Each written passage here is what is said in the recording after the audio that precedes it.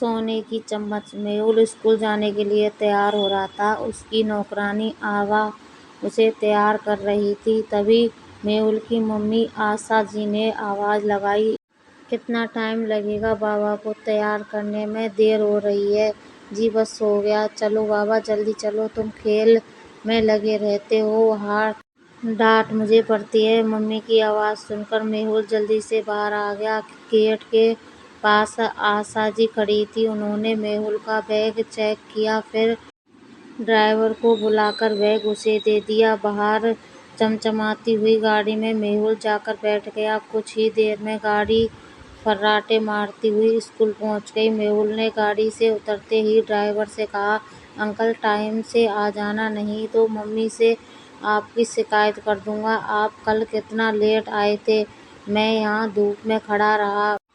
बेटा वो तो कल मैं मैम साहब के साथ ही था, उन्हें कहीं जाना था, वापस आने में समय लग गया। मेहुल ने कोई जवाब नहीं दिया और अंदर चला गया। रोशन जी कई सालों से सेठ दीवानदास जी के ड्राइवर थे। सभी उनसे बहुत इज्जत से बात करते थे, लेकिन मेहुल उनसे हमेशा बदतमीजी से बात करता था। रोशन जी को बुरा लगता था, लेकिन बच्चा है इसलिए वो कभी उसकी शिकायत नहीं करते थे। आज सही समय पर रोशन जी मेहुल को लेने पहुंच गए। छुट्टी होते ही मेहुल बाहर आया।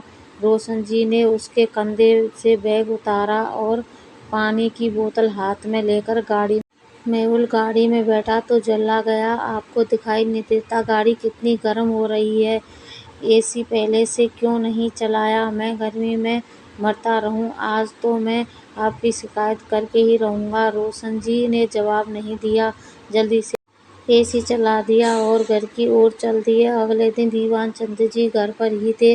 सुबह जब रोशन जी ड्यूटी पर पहुंचे तो आशा जी ने उन्हें अंदर बुलाया। रोशन जी, मेहुल कह रहा था कि परसों आप उसे देर से लेने पहुंचे और कल उसे गर्म गाड़ी में बैठा दिया। आपसे काम नहीं होता तो बता दीजिए।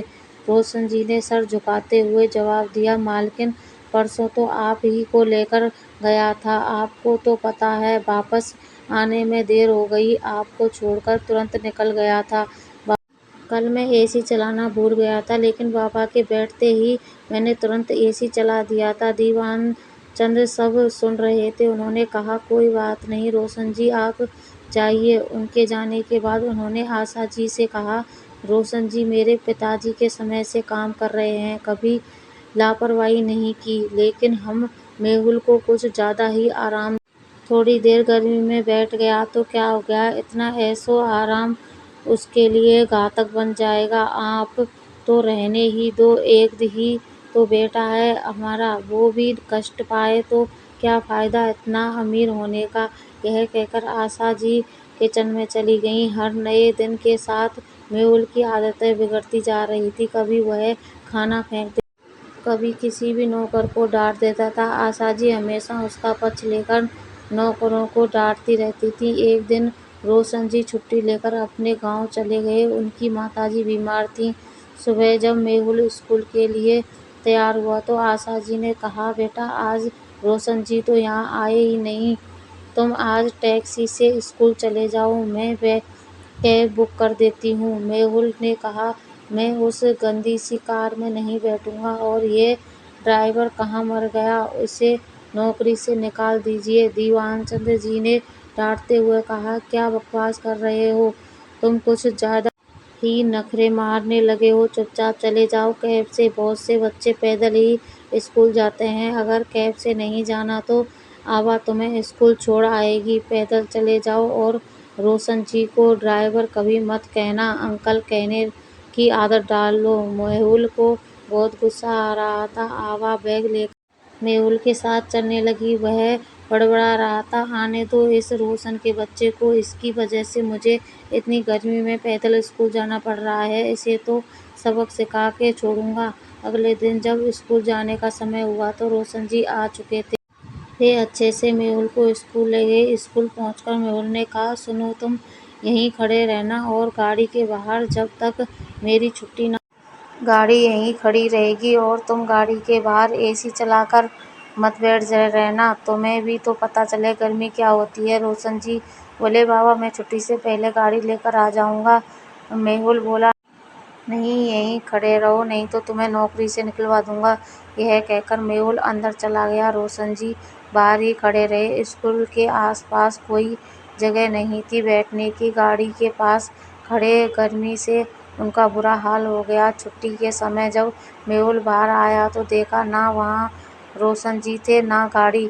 उसे बहुत गुस्सा आया। तभी सामने से आवा आती हुई दिखाई दी। चलो बाबा हम ऑटो करके चलते हैं। लेकिन यह रोशन कहाँ मर गया? मैंने उससे कहा था यही खड़ा है। आवा बोली, वो तो यही खड़े थे लेकिन गर्मी से चक्कर आकर गिर पड़े, उन्हें अस्पताल में एडमिट कराया गया है। यह सुनकर मेहुल के पैरों तले जमीन खिसक गई। वह घर पहुंचा तो देखा मम्मी पापा वहाँ नहीं है। मेहुल बैठकर रोने लगा कि उसे अब डांट पड़ेगी, यह सब उसकी वजह से हुआ था। कुछ देर बाद मेहुल के मम्मी पापा आ गए तो मेहुल ने पूछा, अंकल कैसे हैं? आशा जी ने कहा, बेटा कह रहे थे बस तुम्हें छोड़कर वापस आ रहे थे, अचानक चक्कर आ गया। मेहुल सोच रहा था आज उसे डांट पड़ेगी लेकिन रोशन जी ने उसकी शिकायत ही नहीं की। तभी मेहुल पापा के पास पहुंचा और बोला, पापा मुझे माफ़ कर दीजिए, मैंने ही अंकल को बदला लेने के लिए रोशन अंकल से कहा था कि जब तक छुट्टी ना हो जाए गाड़ी के बाहर खड़े रहें। तभी गर्मी से उनकी तबीयत खराब हो गई। पापा मुझे उनके पास ले चलिए, मुझे उनसे माफ़ी मांगनी है। दीवानचंद जी ने बेटे की गोद में बिठाया और कहा, कल वो आएंगे तब माफ़ी मांग लेना, लेकिन वादा करो आगे से गलत व्यवहार नहीं करोगे। मेहुल ने वादा किया और अगले दिन रोशन जी से माफ़ी भी मांगी। अब वह किसी को परेशान नहीं करता, अपना सारा काम